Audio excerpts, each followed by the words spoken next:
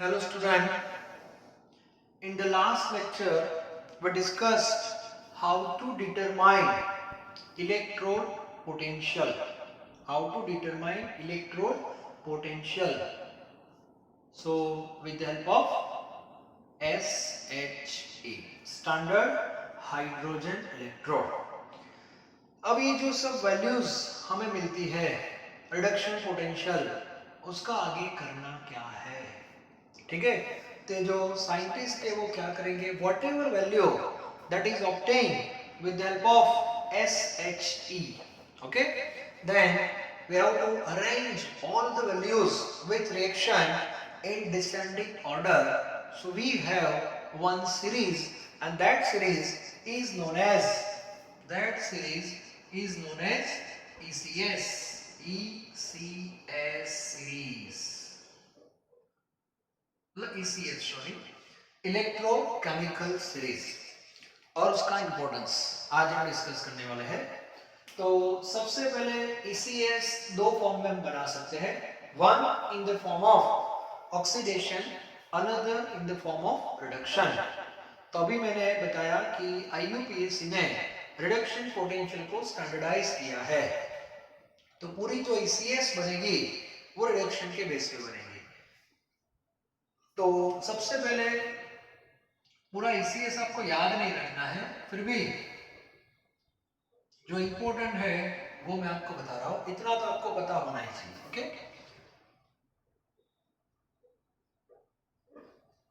Yes, यहां पे आपको रिएक्शन लिखना है, कौन सा रिएक्शन? रिडक्शन, और यहां पे उसका reduction potential.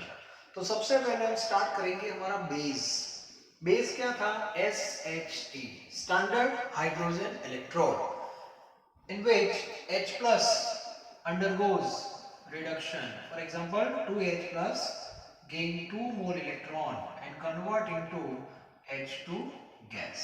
This is a reduction, okay? And its value accepted to be 0. ये सबको पता है। तो सबसे पहले हाइड्रोजन का सेंटर में फिक्स कर देना है, okay?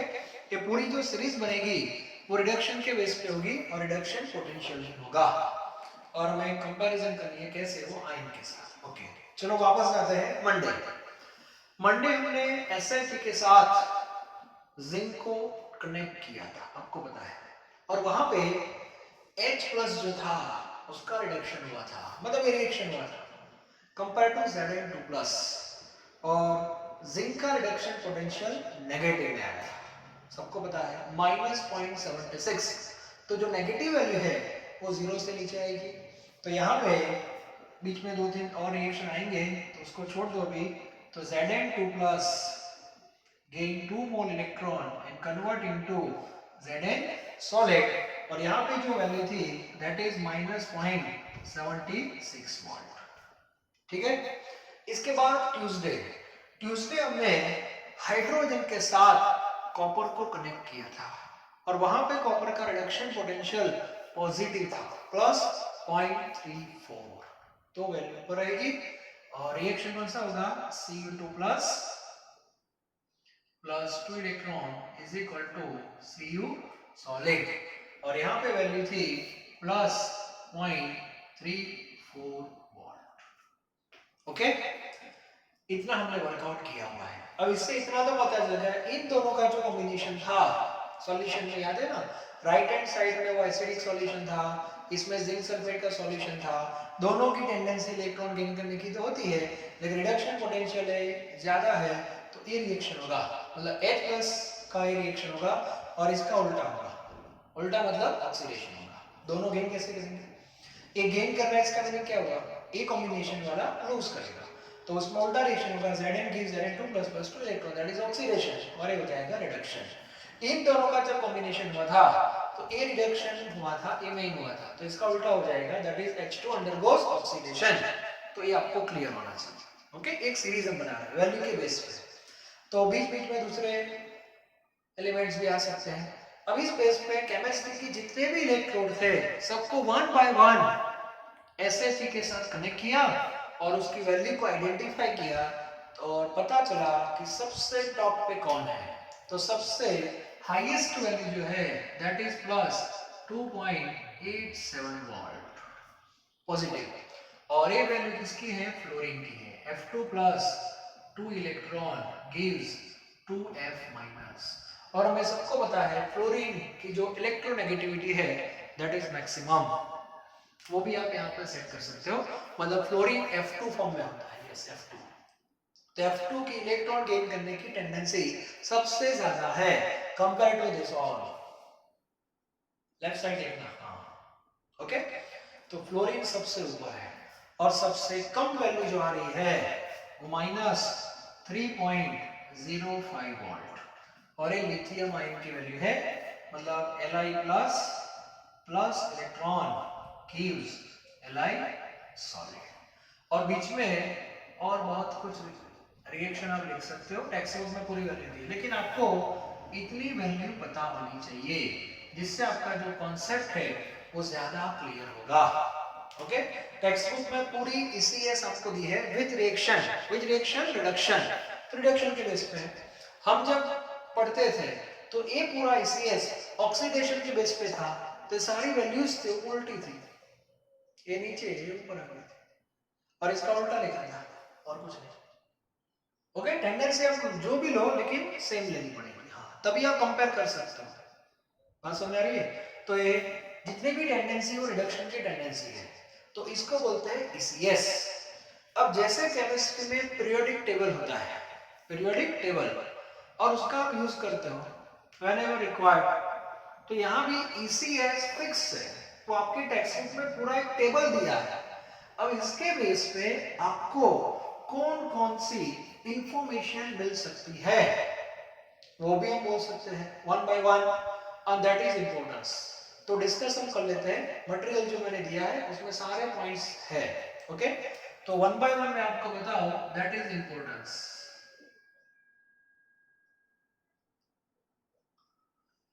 Importance of ECS. The first one is, if you go from top to bottom, then standard reduction potential, value of standard reduction potential that will decrease. ये सबको दिखाई दे रहा है, top to bottom value decrease हो रही है। Okay, इसका मीनिंग क्या होगा, this value that is applicable for F2, मतलब F2 जो है, F2 उसका रिडक्शन पोटेंशियल मैक्सिमम है, मतलब उसकी टेंडेंसी इलेक्ट्रॉन को गेन करने की होती है। मतलब फ्लोरीन कोई भी रेडॉक्स में इन्वॉल्व होगा इन फ्यूचर, फ्लोरीन गैस कोई भी रेडॉक्स में इन्वॉल्व हुआ तो उसका रिडक्शन ही होगा फिक्स, और जिसका रिडक्शन होता है उसको बोलते हैं ऑक्सीडाइजिंग एजेंट। तो इसका मीनिंग हो जाता है स्ट्रॉन्ग, फ्लोरीन जो है वो स्ट्रॉन्ग ऑक्सीडाइजिंग एजेंट है, ये भी क्लियर होना चाहिए। फ्लोरीन जो हमारा है वो स्ट्रॉन्ग ऑक्सीडाइजिंग एजेंट है। सो नीचे आप जाओगे तो ये टेंडेंसी क्या हो जाएगी, डिक्रीज हो जाएगी। तो ये जो स्ट्रेंथ है, strength of oxidizing agent that will decrease. और इसके बेस पे हम दो तीन पॉइंट में क्लियर कर दूं, F2 के बारे में लिख रहा हूं पहले, F2। तो फ्लोरीन को क्या बोलेंगे, फ्लोरीन जो है दैट इज strong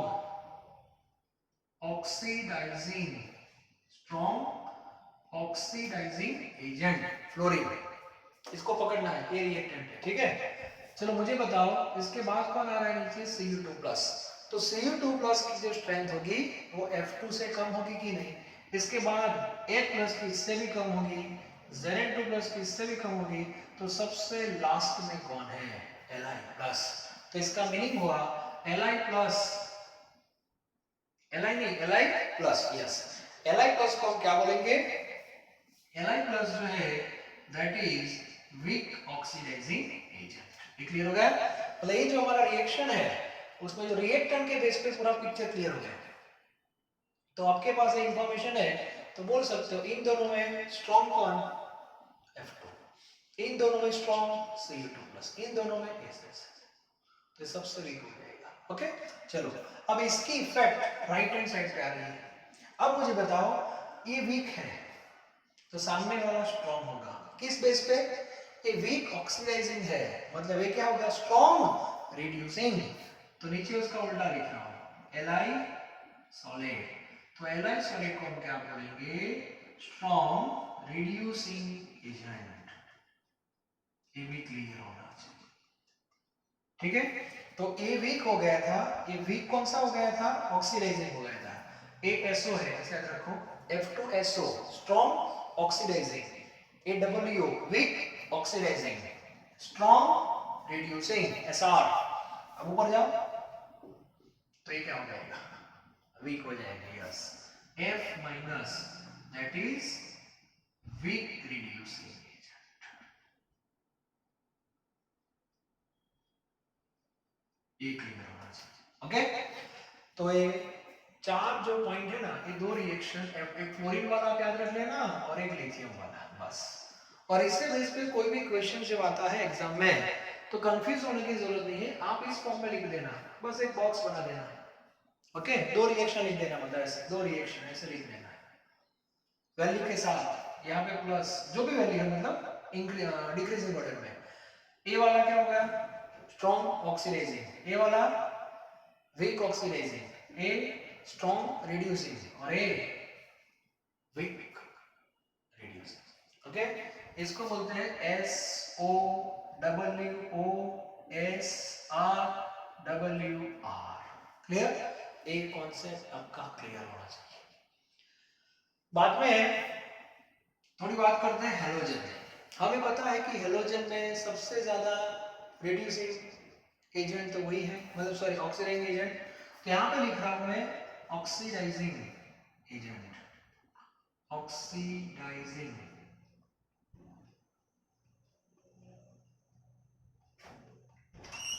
तो ऑक्सीडाइजिंग एजेंट में सबसे पावरफुल फ्लोरीन, उसके बाद क्लोरीन, उसके बाद ब्रोमीन, उसके बाद आयोडीन, ये सबको पता है। अब फ्लोरीन F2 स्ट्रॉन्ग ऑक्सीडाइजिंग होगा तो उसका जो F माइनस है वो वीक क्या होगा, रिड्यूसिंग होगा। तो यहाँ पे हम रिड्यूसिंग एजेंट की स्ट्रेंथ देख सकते हैं, रिड्यूसिंग एजेंट। तो F2 का रिड्यूसिंग एजेंट कौन होगा, F माइनस, इसका Cl माइनस, इसका Br माइनस और इसका I माइनस। अब मुझे बताओ, फ्लोरीन स्ट्रॉन्ग ऑक्सीडाइजिंग है, F2 स्ट्रॉन्ग, तो सामने वाला वीक रिड्यूसिंग होगा कि नहीं, तो ये ऑर्डर आपका चेंज हो जाएगा। ऐसे हम सीखे भी आता है, तो ये भी आपको पता होना चाहिए, ओके। तो थोड़ी प्रैक्टिस करनी पड़ेगी, लेकिन ये कॉन्सेप्ट ECS का क्लियर होना चाहिए। उसके बाद बहुत सारी इंफॉर्मेशन है। मान लो कि आपको मैंने दो इलेक्ट्रोड दिए हैं, दो electrode, so you can predict और you can clearly say this is anode and this is cathode without formation of cell. Cell बनाए बिना ही आप प्रेडिक्शन कर दोगे कि ये सर एनोड बनेगा और एक cathode with help of ECS। जैसे मैंने आपको कॉपर और इसका कॉम्बिनेशन दिया। अब मुझे बताओ, लैब में जाने की भी जरूरत नहीं है, पहले आपके पास ECS नहीं था तो लैब में जाना पड़ता था to decide anode and cathode. Now you have ECS. So without practical, we can predict this electrode act as an anode and this electrode act as a cathode with the help of ECS. Is it clear? So in that case, Cu2 plus has more reduction potential. It means this part becomes cathode and this part becomes anode. If you choose this two combination, then this part become cathode and this part become anode. मतलब anode cathode ऐसा fix नहीं होता, हाँ सामने कौन है उस पर डिपेंड करता है। लेकिन एक बात हम बोल सकते हैं, आंखें बंद करके fluorine always act as a cathode and lithium always act as a anode effective. बीच वाले जो है वो एनोड कैथोड ऐसा हो सकता है, लेकिन जो टॉप और बॉटम है दैट इज फिक्स, उनका नेचर फिक्स होता है, ओके। तो एनोड कैथोड हम डिसाइड कर सकते हैं। उसके बाद we can find out theoretical E naught cell. Theoretical ये पूरी जो ये ECS है that is based on standard, ये सारी वैल्यू स्टैंडर्ड की याद रखना है। तो आप ई नॉट सेल फाइंड कर सकते हो, कौन सा, थियोरेटिकल। जैसे हमने डेनियल का ई नॉट सेल फाइंड किया था और इसके बेस पे मैंने किया था C माइनस है, डेनियल में जिंक और कॉपर का कॉम्बिनेशन है, तो कॉपर का ये वैल्यू ज्यादा है, इसकी वैल्यू कम है, इन दोनों का डिफरेंस लेना है। So answer becomes 1.10 and that is in itself theoretical. Yes. So with the help of ECS we can find out theoretical inert cell for any combination. कोई भी कॉम्बिनेशन लेना, बस करना कुछ नहीं है, डिफरेंस लेना है, हायर माइनस लोअर, और जब डिफरेंस लेते हो तो पोटेंशियल सेम होने चाहिए, रिडक्शन दोनों के रिडक्शन, ऑक्सीडेशन दोनों के ऑक्सीडेशन। लेकिन आईयूपीएससी वालों ने स्ट्रिक्टली बोल दिया है कि अब आपको रिडक्शन पोटेंशियल के बेस पे ही काम करना है, ठीक है। तो ये कॉन्सेप्ट भी आपका थोड़ा क्लियर होना चाहिए। उसके बाद आपने नोट डाउन किया होगा, हम 11th में ऐसे कुछ क्वेश्चंस थे कि पर्टिकुलर सॉल्यूशन को हम पर्टिकुलर वेसल में स्टोर कर सकते हैं या नहीं कर सकते हैं, फिजिबल और नॉट, पर्टिकुलर सॉल्यूशन को पर्टिकुलर मेटल के स्पून से हम स्टोरिंग कर सकते हैं कि नहीं, ऐसे जो क्वेश्चंस आते हैं you can solve with help of ECS. हाँ, वैल्यू आपके पास होनी चाहिए। For example,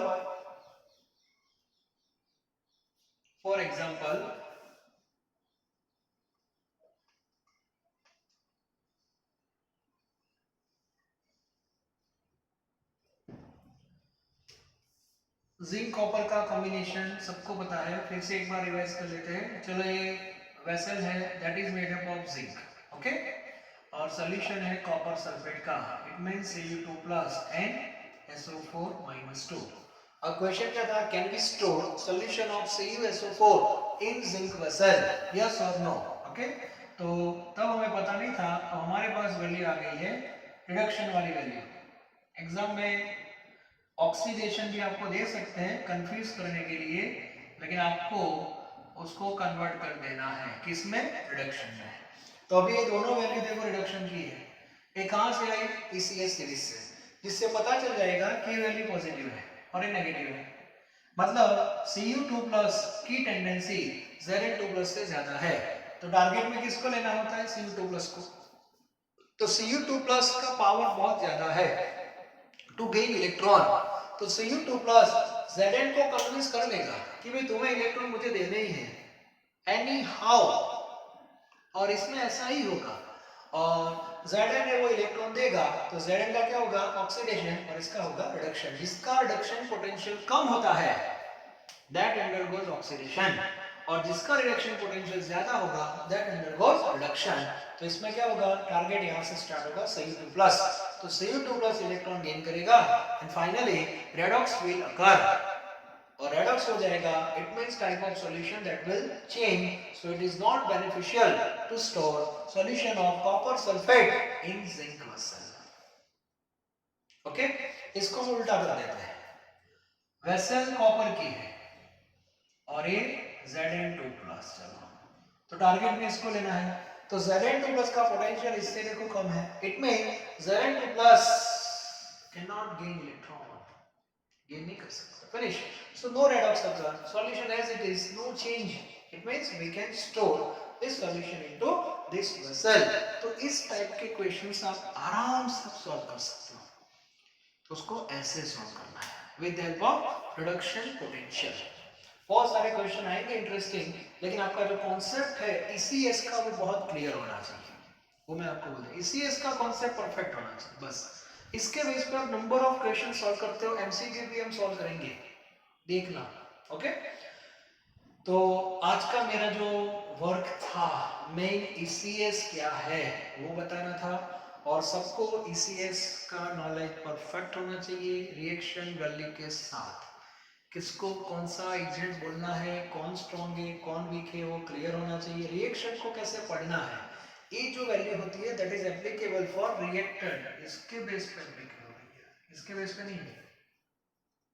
तो ए वैल्यू मैक्सिमम है तो इसका मीनिंग हो जाता है कि स्ट्रॉन्ग ऑक्सीडाइजिंग एजेंट होता है, ठीक है, ये क्लियर होना चाहिए।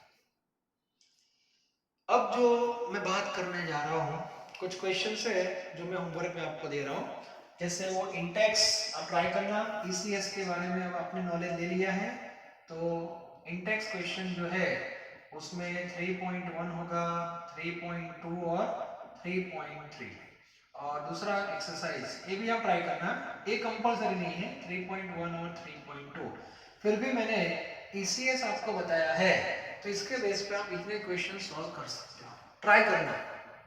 ओके, अब जो मेरा नेक्स्ट लेक्चर आने वाला है उसको मैं थोड़ा इंट्रोड्यूस कर दूं तो आपको दिमाग में हो जाएगा। अब आपको किसी ने बोला कि चलो ECS का नॉलेज आपके पास है, तो आप बोलोगे हाँ बहुत है, बोलो क्या काम है। तो आपको एक क्वेश्चन आ रहा है कि मान लो कि आपके पास ECS है, अब मुझे कोई ऐसा सेल बना के दो, स्टैंडर्ड सेल, यस, जिसमें मुझे इनोड सेल की जो वैल्यू है वो मैक्सिमम है, maximum value of E naught cell. तो मुझे बताओ ECS में से कौन सा कॉम्बिनेशन है जो आपको मैक्सिमम इनोड सेल दे सकता है, that is top and bottom, first and last. Okay, ये डिफरेंस सबसे ज्यादा रहेगा। मतलब किसी ने आपको पूछा कि चलो भाई इनोड सेल जो है उसकी मैक्सिमम वैल्यू कितनी होगी, तो ये डिफरेंस आप ले लो 2.87 minus 3.05, so answer becomes 5.92 volt। Maximum E0 cell that is 5.92, fix हो गया, इससे ऊपर आप नहीं जा सकते, नेवर। स्टैंडर्ड की बात कर रहा हूं, हाँ, ECS totally based on standard cell, ये क्लियर होना चाहिए। अब मैंने आपको बताया था ये पूरा जो चैप्टर है उसका हम पार्ट 1 पढ़ रहे हैं, दैट इज इलेक्ट्रोकेमिकल सेल। अब इलेक्ट्रोकेमिकल सेल जो है उसके भी तीन कैटेगरी है, तीन टाइप है। इलेक्ट्रोकेमिकल जो है उसमें भी तीन कैटेगरी है। कौन सी तीन? तो फिर से एक बार मैं रिपीट कर रहा हूं, that is first one that is standard cell, second one that is non standard cell, and third that is concentration cell. ये हमारे सिलेबस में नहीं है, फिर भी हम डिस्कस कर लेंगे, नो प्रॉब्लम। अब तक हमने जो डिस्कशन किया है वो स्टैंडर्ड सेल के बारे में किया है, और मैंने आपको फर्स्ट डे बता दिया था cell potential depends on 3 factors. कौन कौन से फैक्टर थे? तो पहला फैक्टर था हमारा anode and cathode, that is nature of electrode. Second factor हमारा था that is temperature, and third factor था दैट इज कंसंट्रेशन। तो एक्चुअली ये तीन जो पैरामीटर है, फैक्टर्स है, that affect cell potential general. लेकिन जो स्टैंडर्ड सेल हम पढ़ते हैं उसमें आपने नोट डाउन किया होगा, हम टेम्परेचर फिक्स कर देते हैं दोनों साइड 25 और कंसंट्रेशन भी हमारा फिक्स होता है 1, तो वो भी सेम है। तो इसका मीनिंग हुआ कि जो दो पॉइंट के बीच में जो डिफरेंस आता है that is due to only anode and cathode. तो एनोड कैथोड आप चेंज करते जाओ तो सेल पोटेंशियल आपका चेंज होगा, and that cell potential is standard cell potential, that is E naught cell. अब तक हमने इतना ही पढ़ा है। ओके, अब मान लो कि कोई स्टूडेंट ऐसा है वो क्लास में खड़ा हो गया, सर मुझे केमिस्ट्री की लैब में डेनियल सेल बनाना है। ओके गुड, डेनियल सेल बनाना फिक्स हो गया, मुझे वो डेनियल ही बनाना है, लेकिन उसका जो सेल पोटेंशियल है, सेल पोटेंशियल मुझे 1.5 वोल्ट चाहिए, 1.5 वोल्ट चाहिए। अब आप सबको पता है आगे हमने जो डेनियल सेल पढ़ा था वो स्टैंडर्ड था, सबको पता है, उसमें जिंक और कॉपर का कॉम्बिनेशन था, दोनों साइड टेम्परेचर 25 और कंसंट्रेशन 1 मोलर 1, सबको पता है। और ये स्टैंडर्ड है, ये स्टैंडर्ड, और स्टैंडर्ड के बेस पे हमें जो आंसर मिला था that is E naught cell 1.10 volt. अब ये स्टूडेंट क्या सोचता है, मुझे कॉम्बिनेशन चेंज नहीं करना है, जिंक कॉपर ही रखना है, यस, और वही कॉम्बिनेशन से मुझे 1.5 वोल्ट चाहिए। इसका मीनिंग क्या हुआ? अभी जो ये दो फैक्टर है टेम्परेचर एंड कंसंट्रेशन, जो भी आराम कर रहे हैं उसको एक्टिव करना पड़ेगा, और हमारे सिलेबस में टेम्परेचर को एक्टिव करने की परमिशन नहीं है, मतलब उसको तो 25 में रखो, लेकिन आप कंसंट्रेशन चेंज कर सकते हो, कंसंट्रेशन, यस। और कंसंट्रेशन चेंज करना मतलब कोई डायग्राम चेंज होगा ऐसा तो है नहीं, कंसंट्रेशन कैसे चेंज करते हैं आप सबको पता है, सोल्यूशन पूरा चैप्टर पढ़ लिया आपने, बाय एडिंग सॉलिड और by adding solvent. Solid add किया तो कंसंट्रेशन इंक्रीज होगा, सॉल्वेंट किया तो डिक्रीज होगा, लेकिन आपके पास दो सॉल्यूशन है, मतलब ये जो कंसंट्रेशन है उसको चेंज करना है। चेंज करना मतलब इसका सेम रखो, इसको चेंज करो, इसका सेम रखो, इसको कुछ भी आप कर सकते हो, लेकिन यदि आपने वन वन डिस्टर्ब कर दिया तो स्टैंडर्ड की जो क्राइटेरिया है, डेफिनेशन है, वो फुलफिल नहीं होगी, and that cell becomes non standard.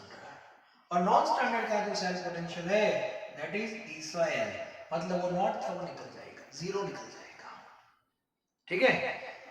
अब ई सेल जब हमारा जो बनेगा ई सेल, क्योंकि नॉन स्टैंडर्ड हो जाएगा, अब चेंज करोगे ना कंसंट्रेशन, इधर उधर कुछ भी करोगे, मतलब पानी डालोगे कुछ भी डालो तो कंसंट्रेशन चेंज हो जाएगा, सेल तो रहेगा लेकिन इसका जो पोटेंशियल आएगा ई सेल, इसकी जो वैल्यू है वो ई नॉट सेल से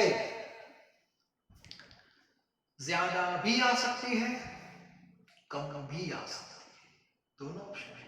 सो बी केयरफुल, आपको क्या करना है, इनोट सेल की कंपेयर में वैल्यू ज्यादा चाहिए कि कम चाहिए, on that base you have to change concentration.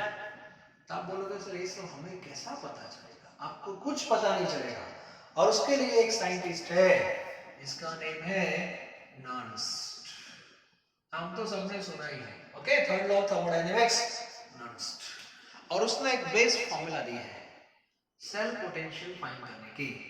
कौन सा सेल, नॉन स्टैंडर्ड सेल। इससे हम दो चीज करेंगे, नॉन स्टैंडर्ड का सेल पोटेंशियल भी फाइंड करेंगे और स्टैंडर्ड के साथ उसकी कंपैरिजन भी हो जाएगी। बात समझ आ रही है, और वो जो पार्ट है that is most important, okay. तो हमारा जो नेक्स्ट लेक्चर है वो नॉन स्टैंडर्ड के लिए होगा, लेकिन उससे पहले ECS के बारे में जो भी इंफॉर्मेशन है वो आपको परफेक्ट कर लेनी है। जो सब मैंने आपको बताए इंटेक्स और एक्सरसाइज के, वो एक बार ट्राई करना और थोड़ा दिमाग एक्टिव हो जाएगा। टेक्स्ट बुक में कुछ पता नहीं चलेगा, ओके। नोट्स जो मैंने दी है उसको अच्छी तरह लर्न कर देना, प्रिपेयर कर देना, okay. Till thank you very very much.